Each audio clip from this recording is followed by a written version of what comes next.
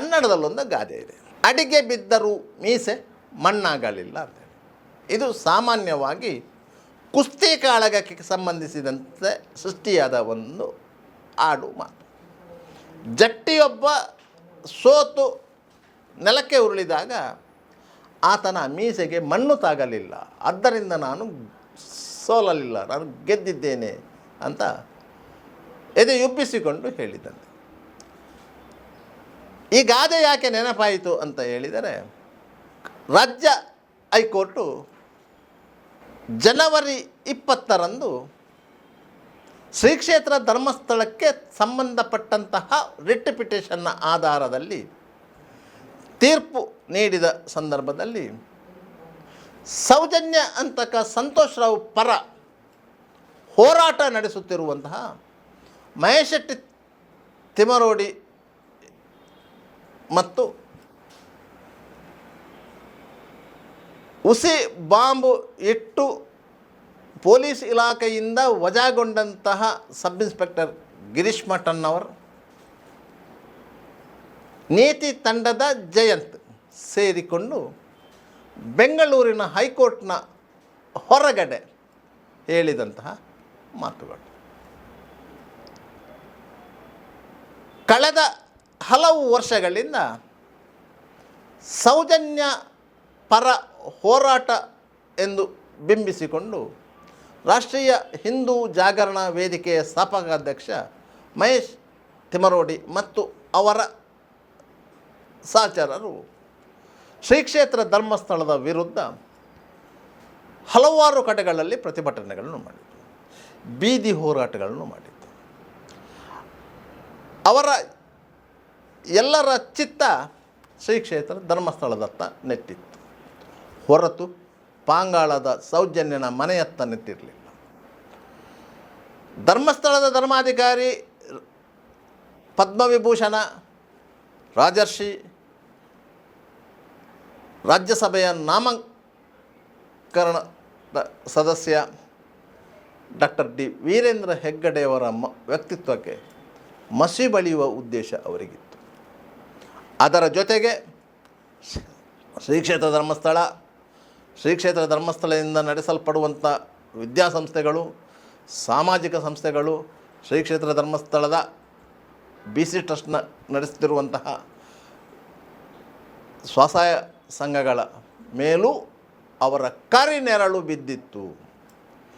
ಒಟ್ಟಾರೆಯಾಗಿ ಸೌಜನ್ಯ ಹತ್ಯೆ ಪ್ರಕರಣವನ್ನು ಮುಂದಿಟ್ಟುಕೊಂಡು ಆ ಪ್ರಕರಣದಲ್ಲಿ ಆರೋಪಿಯಾಗಿ ಜೈಲು ಸೇರಿದ್ದಂತಹ ಸಂತೋಷ್ ರಾವ್ನನ್ನು ಬಿಡಿಸಲು ಹೋರಾಟ ನಡೆಸಿದ್ದಂತಹ ಮಹೇಶ್ ಶೆಟ್ಟಿ ತಿಮರೋಡಿ ಮತ್ತವರ ಸಂಗಡಿಗರು ಇದರ ಮುಖ್ಯ ಸೂತ್ರಧಾರಿಗಳಾಗಿದ್ದರು.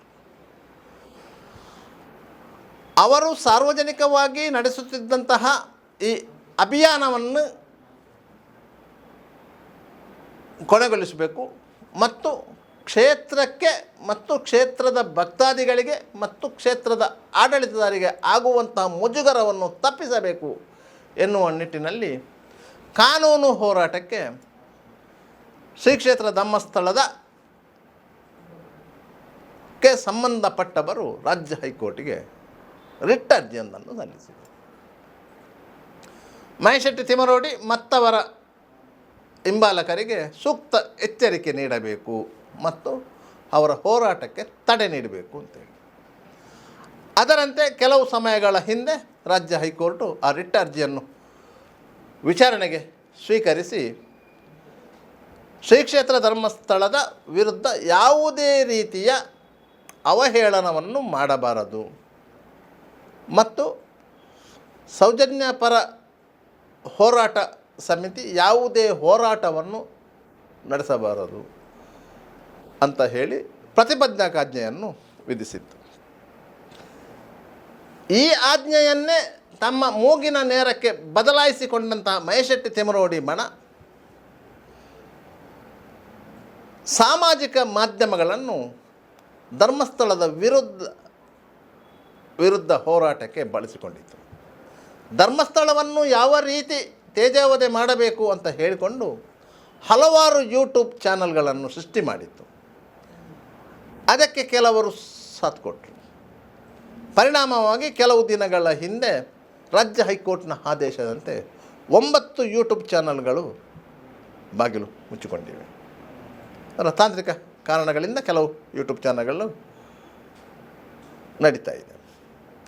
ಆದರೆ ಧರ್ಮಸ್ಥಳದ ಧರ್ಮಾಧಿಕಾರಿಗಳಾದ ಶ್ರೀ ಡಿ ವೀರೇಂದ್ರ ಹೆಗ್ಗಡೆಯವರ ವಿರುದ್ಧ ಅವರ ಸಂಸ್ಥೆಯ ವಿರುದ್ಧ ಯಾವುದೇ ರೀತಿಯ ವಿಡಿಯೋಗಳನ್ನು ಅಪ್ಲೋಡ್ ಮಾಡುವಂತಿಲ್ಲ.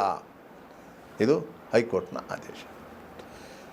ಇಂತಹ ಸಂದರ್ಭದಲ್ಲೇ ಈ ಹಿಂದೆ ರಾಜ್ಯ ಹೈಕೋರ್ಟ್ ನೀಡಿದ ತಡೆಯಾಜ್ಞೆಯನ್ನು ತೆರವುಗೊಳಿಸಬೇಕು ಅಂತ ಹೇಳಿ ಮಹೇಶೆಟ್ಟಿ ತಿಮರೋಡಿ ಮತ್ತು ಇತರರು ಹೈಕೋರ್ಟಿಗೆ ಮನವಿ ಸಲ್ಲಿಸಿದ್ದರು.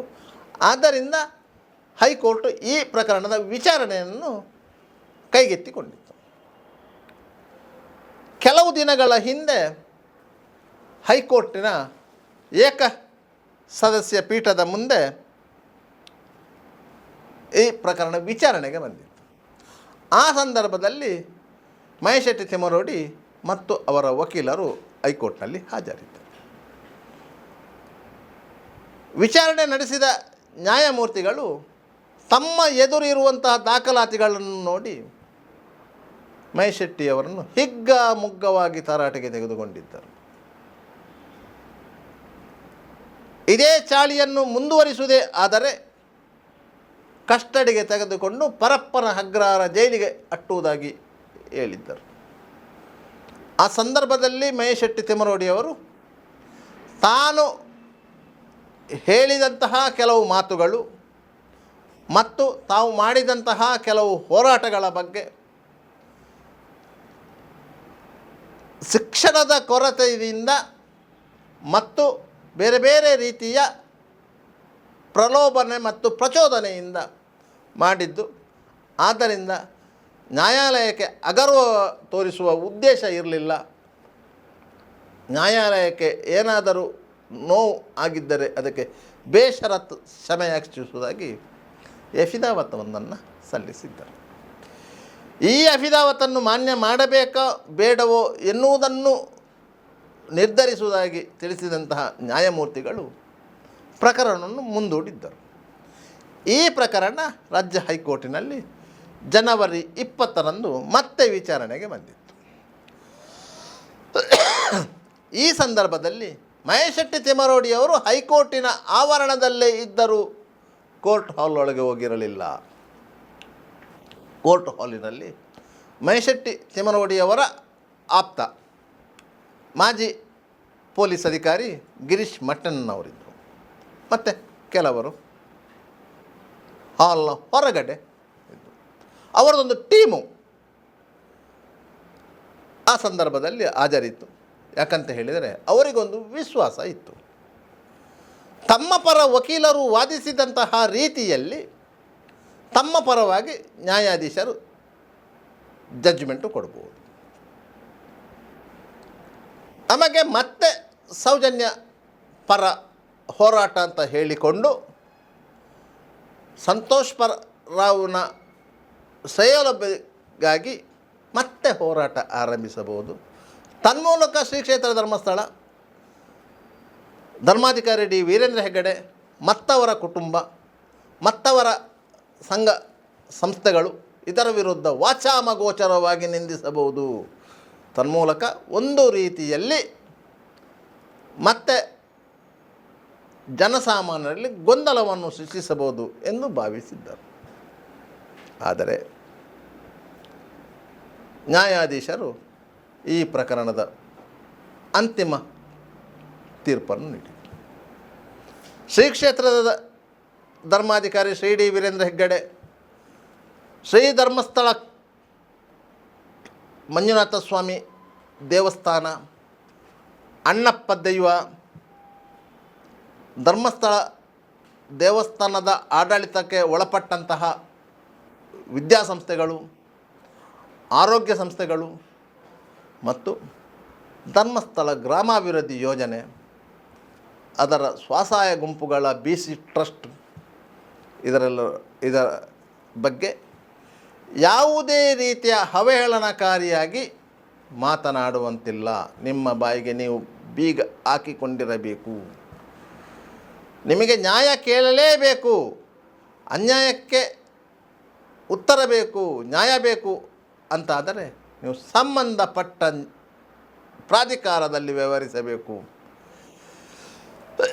ನಿಮಗೆ ಅನ್ಯಾಯವಾಗಿದ್ದರೆ ಬೀದಿ ಬದಿಯಲ್ಲಿ ನಿಂತು ಬೊಬ್ಬಿರುವುದಲ್ಲ, ಬೀದಿ ಬದಿಯಲ್ಲಿ ನಿಂತು ಮತ್ತೊಬ್ಬರನ್ನು ತೇಜೋವಧೆ ಮಾಡುವುದಲ್ಲ, ಇನ್ನೊಬ್ಬರ ಬಗ್ಗೆ ಅವಾಚ್ಯವಾಗಿ ನಿಂದಿಸುವುದಲ್ಲ, ವೈಯಕ್ತಿಕ ಮಾನಹಾನಿಕರ ಹೇಳಿಕೆಗಳನ್ನು ನೀಡುವಂತಿಲ್ಲ.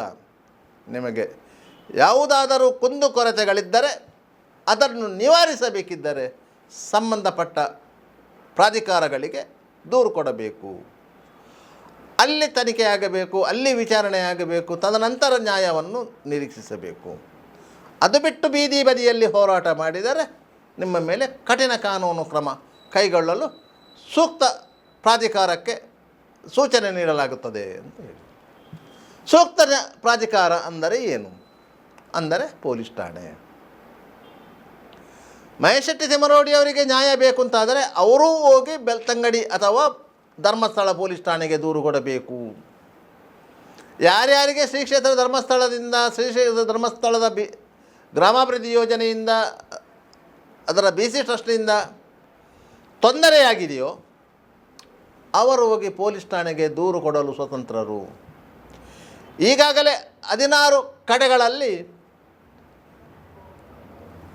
ಈ ತಂಡದಿಂದ ಪ್ರೇರೇಪಿತರಾದಂತಹ ಧರ್ಮಸ್ಥಳ ಗ್ರಾಮಾಭಿವೃದ್ಧಿ ಯೋಜನೆಯ ಸದಸ್ಯರು ಪೊಲೀಸ್ ಠಾಣೆಗೆ ದೂರು ಕೊಟ್ಟಿದ್ದಾರೆ. ಪೊಲೀಸರು NCR ಪ್ರಕರಣವನ್ನು ದಾಖಲಿಸಿಕೊಂಡಿದ್ದಾರೆ. ಸಂಬಂಧಿತ ಯೋಜನೆಯ ಅಧಿಕಾರಿಗಳಿಗೆ ಕರೆಸಿದ್ದಾರೆ.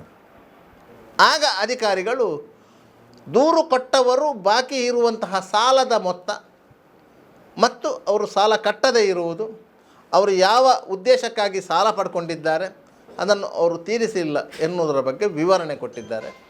ಮತ್ತು BC ಟ್ರಸ್ಟ್ ಯಾವ ಮಾನದಂಡದ ಮೇಲೆ ನಡೀತಿದೆ, RBIನಿಂದ ಇರುವ ಗೈಡ್ಲೈನ್ಸ್ಗಳು ಏನು, ಎಷ್ಟು ಶೇಕಡ ಬಡ್ಡಿ ವಿಧಿಸಲಾಗುತ್ತದೆ ಮತ್ತು ಕೊಟ್ಟ ಸಾಲವನ್ನು ಹೇಗೆ ಮರುಪಾವತಿ ಮಾಡಿಸಲಾಗುತ್ತದೆ ಎನ್ನುವುದರ ಬಗ್ಗೆ ವಿವರಣೆ ಕೊಟ್ಟಿದ್ದಾರೆ. ಶ್ರೀ ಕ್ಷೇತ್ರ ಧರ್ಮಸ್ಥಳ ಗ್ರಾಮಾಭಿವೃದ್ಧಿ ಯೋಜನೆಯಲ್ಲಿ ಸುಮಾರು 50 ಲಕ್ಷಕ್ಕೂ ಹೆಚ್ಚು ಫಲಾನುಭವಿಗಳಿದ್ದಾರೆ, ಸದಸ್ಯರಿದ್ದಾರೆ. ಎಲ್ಲರ ಹೆಸರಿನಲ್ಲೂ ಬ್ಯಾಂಕ್ ಪಾಸ್ಬುಕ್ಗಳಿವೆ.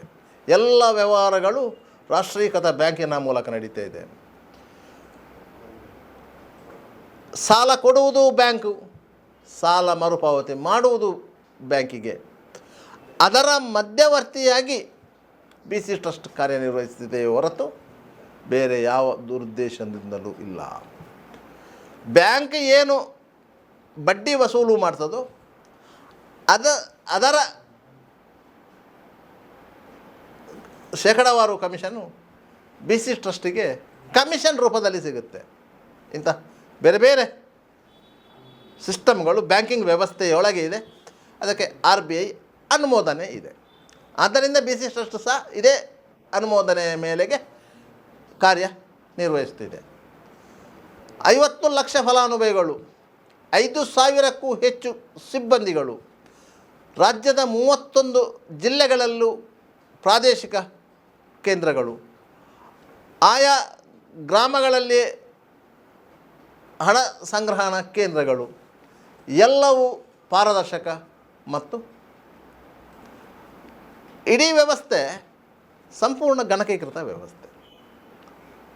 ನೀವು ವಾರಕ್ಕೆ ಕಟ್ಟಿದ ಹಣದ ಲೆಕ್ಕ ಅದು ಬ್ಯಾಂಕಿಗೆ ಜಮಾ ಆದ ಕೂಡಲೇ ನಿಮ್ಮ ಮೊಬೈಲ್ ನಂಬರಿಗೆ ಮೆಸೇಜ್ ಬರುತ್ತೆ, ನಿಮ್ಮ ಸಂಘದಿಂದ ಇಷ್ಟು ಹಣ ಬ್ಯಾಂಕಿಗೆ ಜಮಾ ಆಗಿದೆ ಅಂತೇಳಿ. ನೀವೆಷ್ಟು ಕಟ್ಟಿದ್ದೀರೋ ಅಷ್ಟೇ ಮೊತ್ತ ಬ್ಯಾಂಕಿಗೆ ಜಮಾ ಆಗಿರ್ತದೆ. ಫಲಾನುಭವಿಗಳಿಗೆ ಸಾಲ ಬೇಕು ಅಂತಾದರೆ ಸಾಲ ಕೋರಿಕೆಯನ್ನು ಸಂಘಕ್ಕೆ ಸಲ್ಲಿಸಬೇಕು. ಸಂಘ ಬ್ಯಾಂಕಿಗೆ ತಿಳಿಸದೆ ಬ್ಯಾಂಕು ನೇರವಾಗಿ ಸಾಲ ಕೊಡ್ತದೆ. ಅದೇ ರೀತಿ ಮರುಪಾವತಿಯ ವ್ಯವಸ್ಥೆಯೂ ಆಗಿದೆ. ಆದ್ದರಿಂದ 99.95% ಮಂದಿ ಈ ಯೋಜನೆಯಲ್ಲಿ ಸಕ್ರಿಯವಾಗಿ ಸಾಲ ತೆಗೆದುಕೊಂಡಿದ್ದಾರೆ, ಸಾಲ ಮರುಪಾವತಿ ಮಾಡ್ತಾರೆ. ಕೇವಲ 0.05% ಜನರು ಈ ಮಹೇಶ್ ಶೆಟ್ಟಿ ತಿಮರೋಡಿ ಮತ್ತು ಅವರೊಟ್ಟಿಗಿರುವಂತಹ ಗಿರೀಶ್ ಮಠನ್ ಅವರಿರ್ಬೋದು, ಸಂಚಾರಿ ಸಂತೋಷ್ ಇರ್ಬೋದು, ನೀತಿ ತಂಡದ ಜಯಂತ್ ಇರ್ಬೋದು, ಇವರಿಂದ ಮಾತುಗಳನ್ನು ಕೇಳಿ ಮತ್ತು ಕೆಲವೊಂದು ಅನಾನುಕೂಲತೆಯಿಂದ ಸಾಲದ ಕಂತನ್ನು ಮರುಪಾವತಿ ಮಾಡದೇ ಇರ್ಬೋದು. ಅಂಥವರನ್ನು ಮನವೊಲಿಸಿಕೊಂಡು ಮರುಪಾವತಿ ಮಾಡಿಸುವಂಥ ಕೆಲಸವನ್ನು ಆಯಾ ಸ್ವಸಹಾಯ ಸಂಘಗಳು ಮಾಡ್ತಾಯಿವೆ. ಎಲ್ಲಿಯೂ ಬಲಾತ್ಕಾರದ ಪ್ರಶ್ನೆ ಇಲ್ಲ.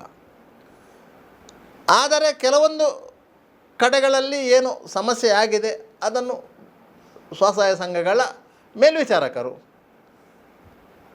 ಹೋಗಿ ಸರಿಪಡಿಸುವಂಥ ಕೆಲಸವನ್ನು ಮಾಡ್ತದೆ. ಅದರಿಂದ ಅದರಲ್ಲಿ ಯಾವ ಸಮಸ್ಯೆಯೂ ಸಾರ್ವಜನಿಕರಿಗೆ ಇಲ್ಲ. ಯಾಕಂತ ಹೇಳಿದರೆ ಧರ್ಮಸ್ಥಳ ಸ್ವಸಹಾಯ ಸಂಘಗಳು ಮೈಕ್ರೋ ಫೈನಾನ್ಸನ್ನು ನಡೆಸ್ತಾ ಇಲ್ಲ. ಮೈಕ್ರೋ ಫೈನಾನ್ಸಿನ ರೀತಿಯೇ ಬೇರೆ. ಮೈಕ್ರೋ ಫೈನಾನ್ಸ್ ಅಂದರೆ ಏನು ಎನ್ನುವುದೇ ಬೇರೆ. ಧರ್ಮಸ್ಥಳ ಗ್ರಾಮಾಭಿವೃದ್ಧಿ ಯೋಜನೆ ಮತ್ತು ಅದರ ಅಧೀನದ ಸ್ವಸಹಾಯ ಸಂಘಗಳು, ಅದು BC ಟ್ರಸ್ಟ್ನ ಅಡಿಯಲ್ಲಿ ಕಾರ್ಯನಿರ್ವಹಿಸುವ ಸಂಸ್ಥೆ, RBIಯಿಂದ ಅನುಮೋದನೆಗೊಂಡಿದೆ. ಕೆಲವು ಸಮಯಗಳ ಹಿಂದೆ ಧರ್ಮಸ್ಥಳದಲ್ಲಿ ನಡೆದಂತಹ ಲಾಭಾಂಶ ವಿತರಣೆ ಕಾರ್ಯಕ್ರಮಕ್ಕೆ ಕೇಂದ್ರ ಸರ್ಕಾರದ ವಿತ್ತ ಸಚಿವೆ ನಿರ್ಮಲಾ ಸೀತಾರಾಮನ್ ಬಂದಿದ್ದರು.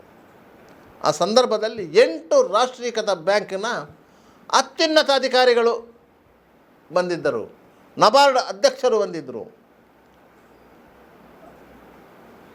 ಇದೇ ಸೂಚಿಸದೆ ಧರ್ಮಸ್ಥಳ ಗ್ರಾಮಾಭಿವೃದ್ಧಿ ಯೋಜನೆ ಅತ್ಯಂತ ಪಾರದರ್ಶಕವಾಗಿ ವ್ಯವಹಾರ ನಡೆಸ್ತಿದೆ. ಅದರ ಬಡ್ಡಿ ಹಣ ಅಂತ ಹೇಳ್ತಾರೆ, ಅದು ಧರ್ಮಸ್ಥಳದಲ್ಲಿ ವಿನಿಯೋಗ ಆಗುವುದಿಲ್ಲ, ಧರ್ಮಸ್ಥಳಕ್ಕೆ ವಿನಿಯೋಗ ಆಗುವಂಥ ಅವಶ್ಯಕತೆಯೂ ಇಲ್ಲ. ಧರ್ಮಸ್ಥಳದ ಆದಾಯವೇ ಅಷ್ಟು ಇದೆ.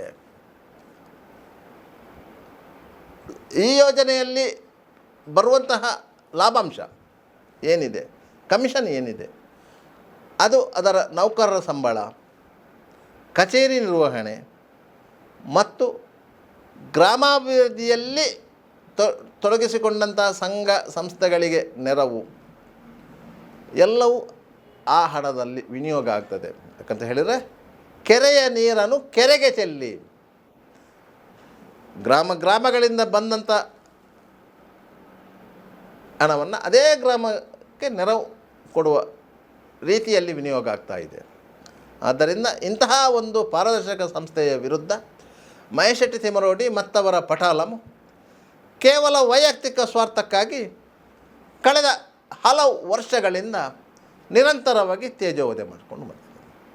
ಇದಕ್ಕೆ ಸಣ್ಣ ಉದಾಹರಣೆ ಅಂತ ಹೇಳಿದರೆ, ಧರ್ಮಸ್ಥಳ ಸಮೀಪದ ದಂಡೊಲೆಯ ಹೆಣ್ಣುಮಗಳೊಬ್ಬಳು ಅತ್ಯಾಚಾರಕ್ಕೆ ಒಳಗಾಗಿ ಗರ್ಭಿಣಿಯಾಗಿತ್ತು. ಆಕೆ ಧರ್ಮಸ್ಥಳ ಶಾಲೆಯ ವಿದ್ಯಾರ್ಥಿ. ಆಕೆಯ ಬಾಯಿಯಿಂದ ಧರ್ಮಸ್ಥಳ ಶಿಕ್ಷಣ ಸಂಸ್ಥೆಯಲ್ಲಿ ಶಿಕ್ಷಕರಾಗಿರುವವರೊಬ್ಬರ ಹೆಸರನ್ನು ಹೇಳಿಸಲಾಯಿತು. ಆಕೆಯನ್ನು ಪೊಲೀಸರು ಮತ್ತು CODP ಅವರು ಕ್ರಾಸ್ ಎಕ್ಸಾಮಿನ್ ಮಾಡುವಾಗ ಆಕೆಯ ಬಸಿರಿಗೆ ಕಾರಣವಾದಂಥ ಕೇಶವ ಎಂಬಾತನ ಹೆಸರನ್ನು ಗೊತ್ತಾಯಿತು. ಕೇಶವನ್ನು ಕರೆದು ಪೊಲೀಸರು ವಿಚಾರಣೆ ಮಾಡಿದಾಗ ತಾನೇ ಆ ಬಾಲಕಿಗೆ PT ಮಾಸ್ಟರ್ ಹೆಸರನ್ನು ಹೇಳಲು ಹೇಳಿದ್ದೆ ಅಂತ ಹೇಳಿದ. ಇಡೀ ಮಹೇಶ್ ಶೆಟ್ಟಿ ತಿಮರೋಡಿಯ ಪಟಾಲಮು PT ಮಾಸ್ಟರೇ ಅಪರಾಧಿ ಎನ್ನುವಂತೆ ಬಿಂಬಿಸಿದರು. ಜೈಲಿಗೆ ಹೋದದ್ದು ಕೇಶವ. ಆ ಪ್ರಕರಣದ ವಿಚಾರಣೆ ನ್ಯಾಯಾಲಯದಲ್ಲಿ ನಡೀತಿದೆ. ಕೇಶವನ ವಕೀಲರ ಪ್ರಕಾರವೇ ಅಪರಾಧಿಗೆ ಶಿಕ್ಷೆಯಾಗುತ್ತೆ. ಅಷ್ಟು ಚೆನ್ನಾದ ಎವಿಡೆನ್ಸ್ಗಳಿವೆ, DNA ಪ್ರೂವ್ ಆಗಿದೆ, ಎಲ್ಲವೂ ಆಗಿದೆ. ಇದು ಧರ್ಮಸ್ಥಳದ ವಿರುದ್ಧ ಈ ಮಹೇಶ್ ಶೆಟ್ಟಿ ತಿಮರೋಡಿ ಮತ್ತವರ ಪಟಾಲಂ ನಡೆಸುತ್ತಿರುವಂತಹ ಷಡ್ಯಂತ್ರಕ್ಕೆ ಒಂದು ಚಿಕ್ಕ ಉದಾಹರಣೆ. ಇಂಥ ನೂರಾರು ಪ್ರಕರಣಗಳಿವೆ. ಧರ್ಮಸ್ಥಳದಲ್ಲಿ ಸುಮಾರು 5,000-6,000 ಮಂದಿ ಸಿಬ್ಬಂದಿಗಳಿದ್ದಾರೆ. ಆ ಸಿಬ್ಬಂದಿಗಳಲ್ಲಿ ಯಾರಾದರೂ ಒಬ್ಬರು ಒಂದು ತಪ್ಪು ಮಾಡಿದರೆ ಅದರ ಹೊಣೆಯನ್ನು ಧರ್ಮಾಧಿಕಾರಿಗಳ ತಲೆಗೆ ಕಟ್ಟಲಾಗುತ್ತದೆ. ಆದರೆ ಧರ್ಮಾಧಿಕಾರಿಗಳು ಯಾವುದನ್ನು ಮನಸ್ಸಲ್ಲಿಟ್ಟುಕೊಳ್ಳಲು ಸಮಚಿತ್ತದಿಂದ ಸ್ವೀಕರಿಸಿದ್ದಾರೆ. ಎಲ್ಲವನ್ನು ದೇವರ ಮೇಲೆ ಬಿಟ್ಟಿದ್ದಾರೆ, ಅಣ್ಣಪ್ಪನ ಮೇಲೆ ಬಿಟ್ಟಿದ್ದಾರೆ. ಪರಿಣಾಮ ಏನಾಗಿದೆ ಅಂತ ಹೇಳಿದರೆ, ಕಳೆದ ಕೆಲವು ಸಮಯಗಳಿಂದ ತಿಮರೋಡಿ ಬಣದ ಒಂದೊಂದೇ ಅನಾಚಾರಗಳು ಬೆಳಕಿಗೆ ಬರುತ್ತಿದೆ. ತಿಮರೋಡಿಯ ಬಲಗೈ ಬಂಟ ಪ್ರಜ್ವಲ್ ಗೌಡ ಕಾರು ಕಳವು ಕೇಸಲ್ಲಿ ಸಿಕ್ಕಿಬಿದ್ದ. ಪೊಲೀಸರಿಂದ ಹೇಗೆ ತಪ್ಪಿಸಿಕೊಳ್ಳುವುದು ಎನ್ನುವ ಚಿಂತೆಯಲ್ಲಿದ್ದಾನೆ. ಅದೇ ರೀತಿ ತಿಮರೋಡಿಯೊಟ್ಟಿಗೆ ಸೇರಿಕೊಂಡು ಹಲವು ಮಾನಗಣಗಳನ್ನು ಮಾಡಿದವರು ಸಹ ಹಲವು ಸಮಸ್ಯೆಗಳಲ್ಲಿ ಸಿಲುಕಿಕೊಂಡಿದ್ದಾರೆ. ಇದೀಗ ರಾಜ್ಯ ಹೈಕೋರ್ಟು ತಿಮರೋಡಿಯ ಬಾಯಿಗೆ ಬೀಗ ಹಾಕಿದೆ. ಆದರೂ ಕೆಳಗೆ ಬಿದ್ದರೂ ಮೀಸೆ ಮಣ್ಣಾಗಿಲ್ಲ ಎಂಬಂತೆ ಆ ತೀರ್ಪನ್ನೇ ತಿರುಚಿ ಹೇಳಲಾಗುತ್ತಿದೆ. ವಾಸ್ತವವಾಗಿ ತಿಮರೋಡಿ ಮತ್ತವರ ಜೊತೆಯಲ್ಲಿರುವವರು ಯಾರೇ ಆಗಿದ್ದರೂ ಶ್ರೀ ಕ್ಷೇತ್ರ ಧರ್ಮಸ್ಥಳದ ಆಧೀನ ಸಂಸ್ಥೆಗಳು, ಶ್ರೀ ಕ್ಷೇತ್ರ ಧರ್ಮಸ್ಥಳ ಗ್ರಾಮಾಭಿವೃದ್ಧಿ ಸಂಸ್ಥೆ, BC ಟ್ರಸ್ಟ್, ಶ್ರೀ ಕ್ಷೇತ್ರ ಧರ್ಮಾಧಿಕಾರಿ D. ವೀರೇಂದ್ರ ಹೆಗ್ಗಡೆ ಇವರ ಬಗ್ಗೆ ಯಾವುದೇ ರೀತಿಯಲ್ಲಿ ಹೇಳಿಕೆಗಳನ್ನು ನೀಡಿದರೂ ಆ ಸಂಸ್ಥೆಗೆ ಸಂಬಂಧಪಟ್ಟ ನೌಕರರು ಆಯಾ ಊರಿನಲ್ಲಿ ಹೋಗಿ ಪೊಲೀಸ್ ಠಾಣೆಯಲ್ಲಿ ಇವರ ಮೇಲೆ ಕ್ರಿಮಿನಲ್ ಕೇಸು ದಾಖಲಿಸಬಹುದು. ರಾಜ್ಯ ಹೈಕೋರ್ಟು ಸ್ಪಷ್ಟವಾಗಿ ಹೇಳಿದೆ, ನೀವು ನಿಮ್ಮ ಪ್ರದೇಶದಲ್ಲಿ ಪೊಲೀಸ್ ಠಾಣೆಗೆ ದೂರು ಕೊಡಿ, ಪೊಲೀಸರು ಕೇಸು ದಾಖಲಿಸಿಕೊಳ್ಳಬೇಕು. ಒಂದು ವೇಳೆ ಪೊಲೀಸರು ಕೇಸು ದಾಖಲಿಸಿಕೊಳ್ಳುವುದಿಲ್ಲ ಅಂತ ಆದರೆ ಆ ಪೊಲೀಸ್ ಠಾಣೆಯ SHO ಯಾರಿದ್ದಾರೆ, ಠಾಣಾಧಿಕಾರಿ ಯಾರಿದ್ದಾರೆ, ಅವರಿಂದ ಎಂಡೋಸ್ಮೆಂಟ್ ತಗೊಳ್ಳಿ. ಆ ಎಂಡೋಸ್ಮೆಂಟ್ನ ಪ್ರತಿಯನ್ನು ಇಟ್ಟು ರಾಜ್ಯ ಹೈಕೋರ್ಟಿಗೆ ಮೆಟ್ಲು ಹತ್ತಿ ಅಂತ ಹೇಳಿದ್ದಾರೆ. ಆದ್ದರಿಂದ ಎಲ್ಲ ಪೊಲೀಸ್ ಠಾಣೆಗಳಿಗೂ ಈ ಆದೇಶ ಅನ್ವಯ ಆಗುತ್ತೆ. ಆದ್ದರಿಂದ ಎಲ್ಲರೂ ಆಯಾ ಪೊಲೀಸ್ ಠಾಣೆಗಳಲ್ಲಿ ದೂರು ದಾಖಲಿಸಬಹುದು. ಪೊಲೀಸರು ಆ ದೂರನ್ನು ಸ್ವೀಕರಿಸಲೇಬೇಕು, FIR ಮಾಡಲೇಬೇಕು, ಅಪರಾಧಿಗಳನ್ನು ಎಡಮುರಿ ಕಟ್ಟಲೇಬೇಕು. ನಿರಂತರ ಸುದ್ದಿ